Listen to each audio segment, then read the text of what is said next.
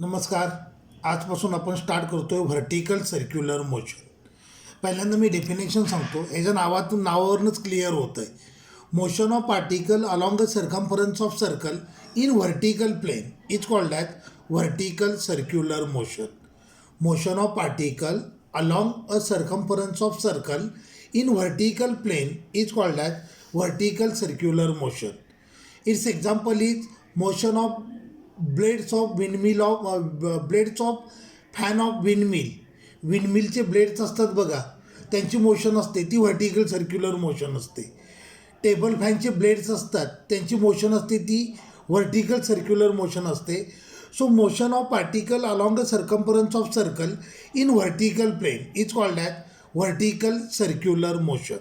आता horizontal circular motion आणि vertical circular motion ह्यांच्यात काय डिफरन्स असतो बघा. फॉर एक्झाम्पल, सपोज करा ही रेफरन्स लेवल आहे,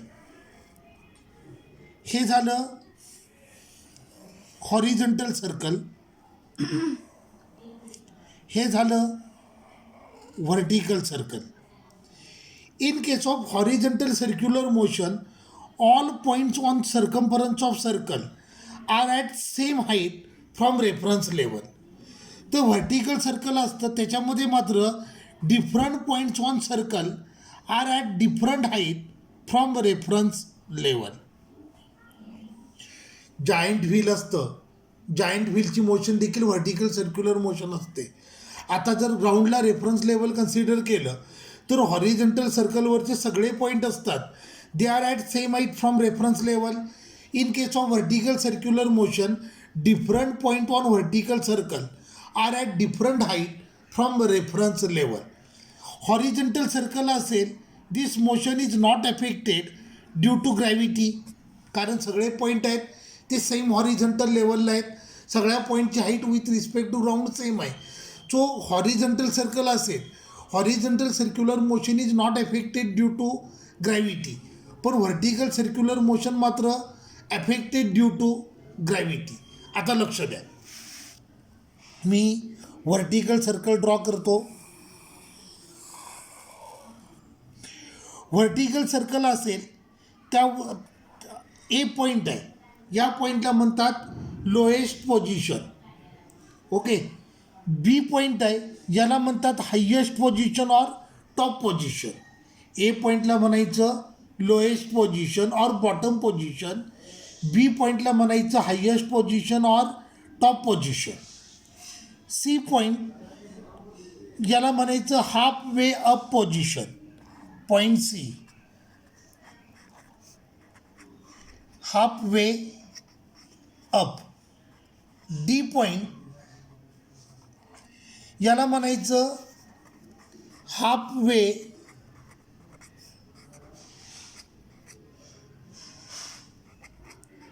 वे डाऊन पोझिशन. क्लिअर झालं. व्हर्टिकल सर्कलवर 4 पॉईंट फिक्स असतात.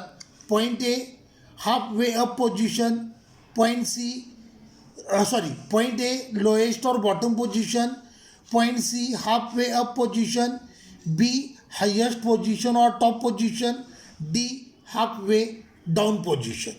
आता acceleration due to gravity act होतं इन व्हर्टिकली डाऊनवर्ड डिरेक्शन, बरोबर आहे. When body is moving from bottom point to top point, motion of body is opposite to gravitational force, therefore speed decreases, kinetic energy is equal to half mv square. Speed decrease झाला याचा अर्थ kinetic energy पण काय झाली, decrease झाली.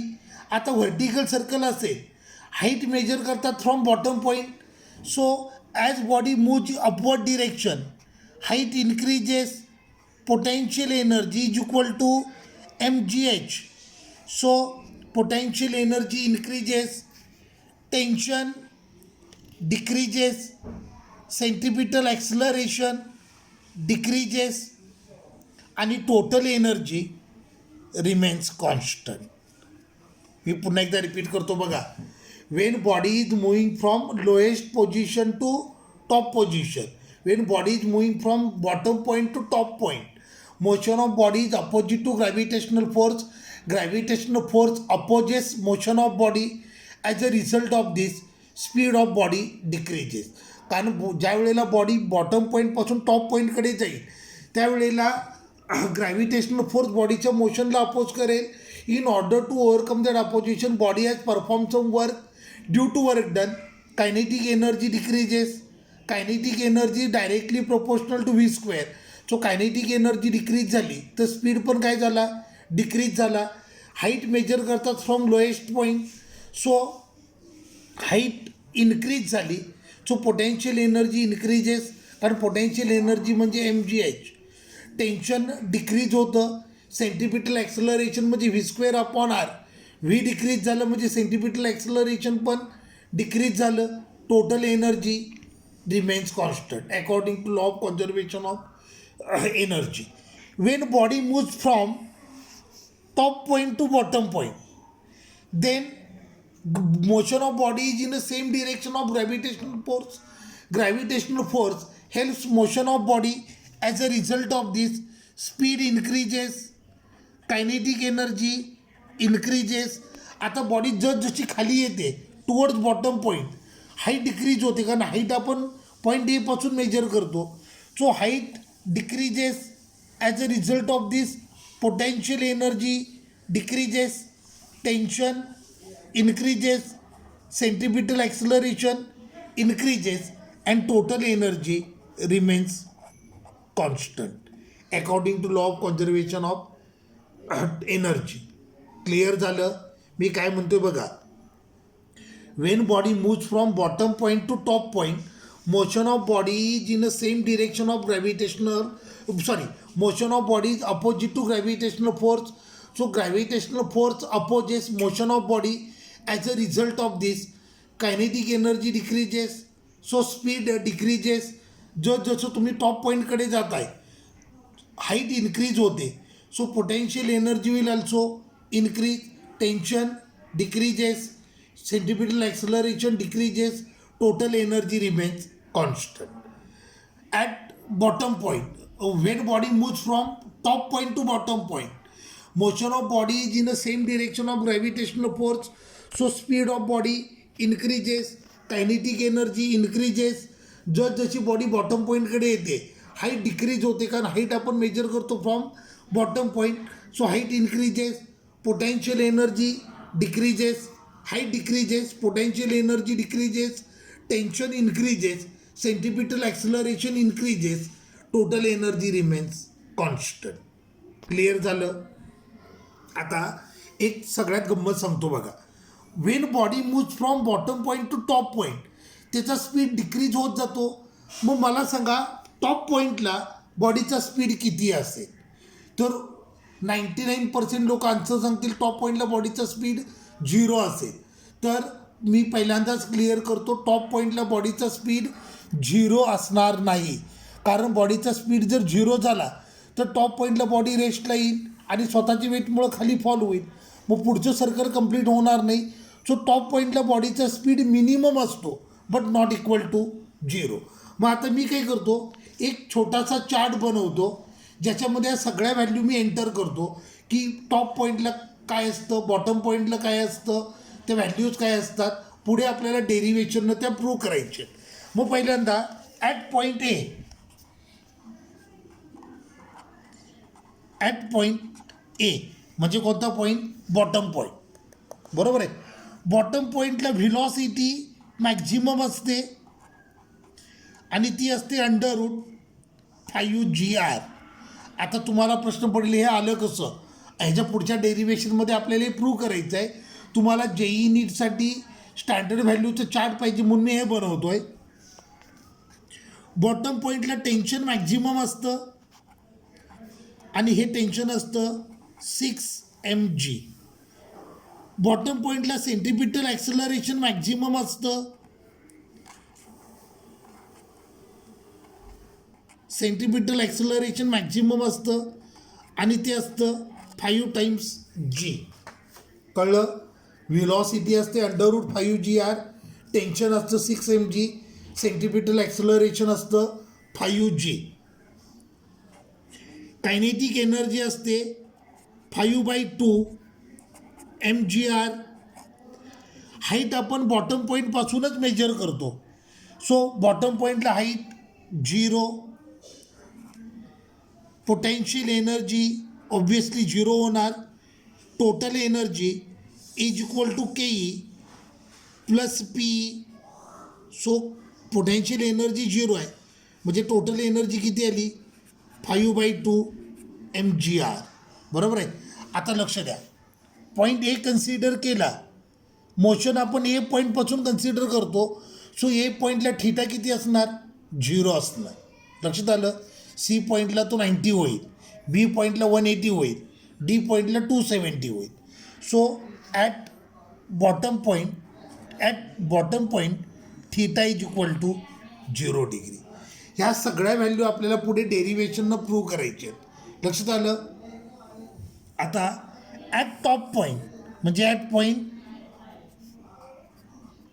बी theta is equal to 180 degree. Velocity V is equal to V minimum is equal to √GR. बघा लक्ष द्या, टॉप पॉईंटला व्हिलॉसिटी 0 होत नाही. टॉप पॉईंटला व्हिलॉसिटी 0 झाली तर बॉडी स्वतःच्या वेटमुळं खाली होईल, खाली पडेल आणि सर्क्युलर मोशन डिस्ट्रॉय होईल. सो टॉप पॉईंटला जर सर्क्युलर मोशन कंप्लीट करायची असेल तर व्हिलॉसिटी मिनिमम असेल बट नॉट इक्वल टू 0 असेल आणि ती किती असते √GR. टेन्शन मिनिमम असतं which is equal to 0. Centripetal acceleration is equal to G. Height H is equal to H max is equal to 2R. बघा डायग्राम बघा, B point height किती असणार is equal to diameter of vertical circle म्हणजेच किती आलं 2R. Potential energy आली 2 mgr. Kinetic energy आली 1/2 mgr. According to law of conservation of energy total energy येणार 5/2 mgr. क्लिअर झालं. व्हॅल्यूज लक्षात आल्या. ह्या सगळ्या व्हॅल्यू आपल्याला डेरिवेशननं प्रूव्ह करायच्या आहेत. फक्त आता हे कलेक्टिव्हली तुम्हाला मी लिहून देतो आहे JEE CETसाठी लागेल म्हणून. आता at point C or D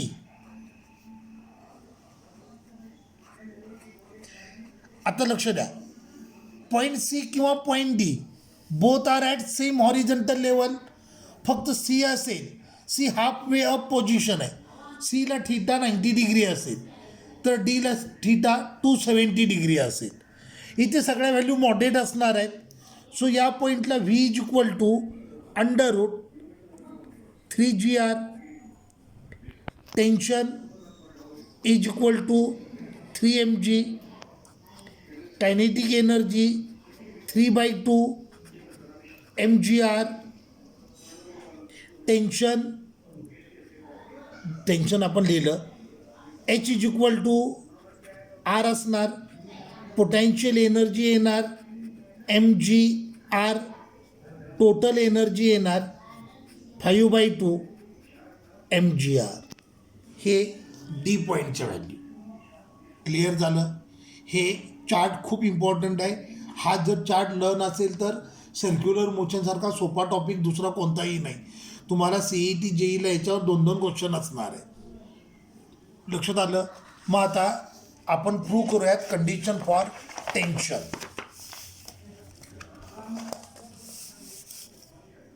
बघा मी व्हर्टिकल सर्कल ड्रॉ करतो.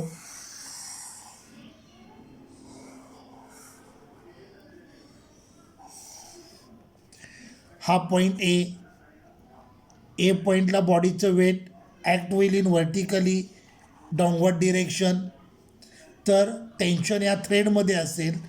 हे झालं टेन्शन ॲट पॉईंट ए. या पॉईंटला बॉडीची व्हिलॉसिटी मॅक्झिमम आहे. So it is VA.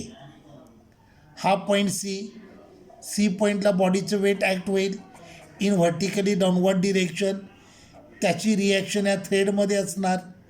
हे झालं TC. आणि या पॉईंटची व्हिलॉसिटी ही झाली VC. हा टॉप पॉईंट टॉप पॉईंटला बॉडीचं weight act will in vertically downward direction, हे झालं mg. This is VB. आणि हे झालं टेन्शन TB. हा पॉईंट D आहे. इथे चुकलं, एक मिनिट. या पॉईंटला व्हिलॉसिटी अपवर्ड असणार आहे.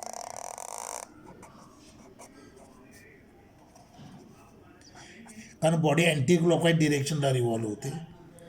सो हे झालं व्हिलॉसिटी ॲट पॉईंट D. हे झालं वेट ॲट पॉईंट D. तर हे झालं टेन्शन ॲट पॉईंट D. हा इम्पॉर्टंट डायग्रॅम. मग आता बॉटम पॉईंटला आपण कंडिशन लिहूया टेन्शनची. आता बॉटम पॉईंट बघा. बॉटम पॉईंटला along radius away from centre weight act झालं आहे, बरोबर आहे. आणि टेन्शन ॲक्ट झालं आहे इन रेडियली इनवर्ड डिरेक्शन. एकाच लाईनला दोन व्हेक्टर अपोजिट डिरेक्शनला ॲक्ट झालेत. ह्या दोघातला डिफरन्स म्हणजे काय असणार आहे, सेंटीमीटर फोर्स असणार आहे. So at point A TA minus mg is equal to MVA square upon R. हे कसं आलं कळलं. इथे बघा, tension along radius toward centre आहे, weight along radius away from centre आहे. एकाच लाईनला दोन व्हेक्टर अपोजिट डिरेक्शनला ॲक्ट झालेत. या दोघातला डिफरन्स म्हणजे रिझल्टंट सेंटीमीटर फोर्स असणार आहे.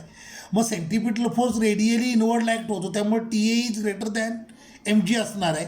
So TA minus mg is equal to MVA square upon R. Therefore TA is equal to Tmax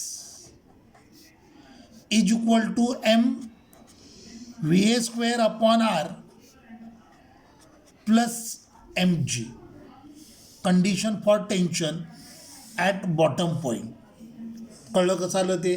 हां, आता टॉप पॉईंट बघा. टॉप पॉईंटला एकाच डिरेक्शनला दोन व्हेक्टर ॲक्ट झालेत, TB आणि mg.